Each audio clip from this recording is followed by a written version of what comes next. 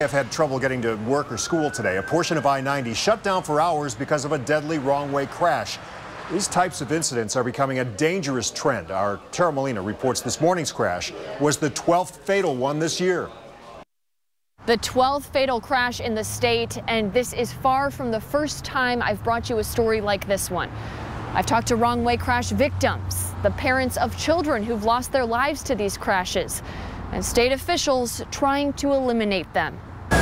This was the scene on I-90 East this morning. All lanes closed for hours as accident investigators worked to figure out how this happened.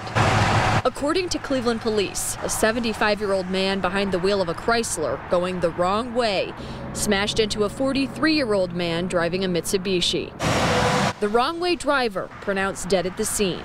The man he hit rushed to Metro Health, where he's being treated for a broken clavicle and broken wrist.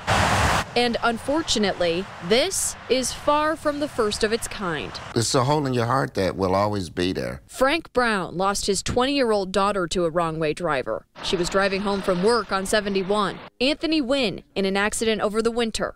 He was in a U-Haul when a drunk driver going the wrong way hit him. Even in a big truck, he said he was lucky to be alive. Usually when two people hit head on, what is the outcome? Fatality.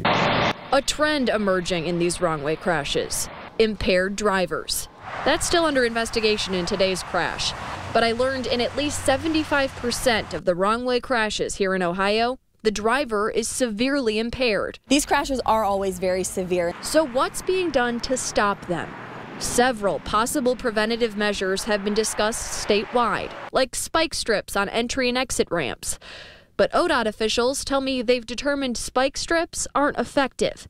So what about sensors and thermal detection systems that states like Arizona are testing out? The detection systems are something that we've seen used.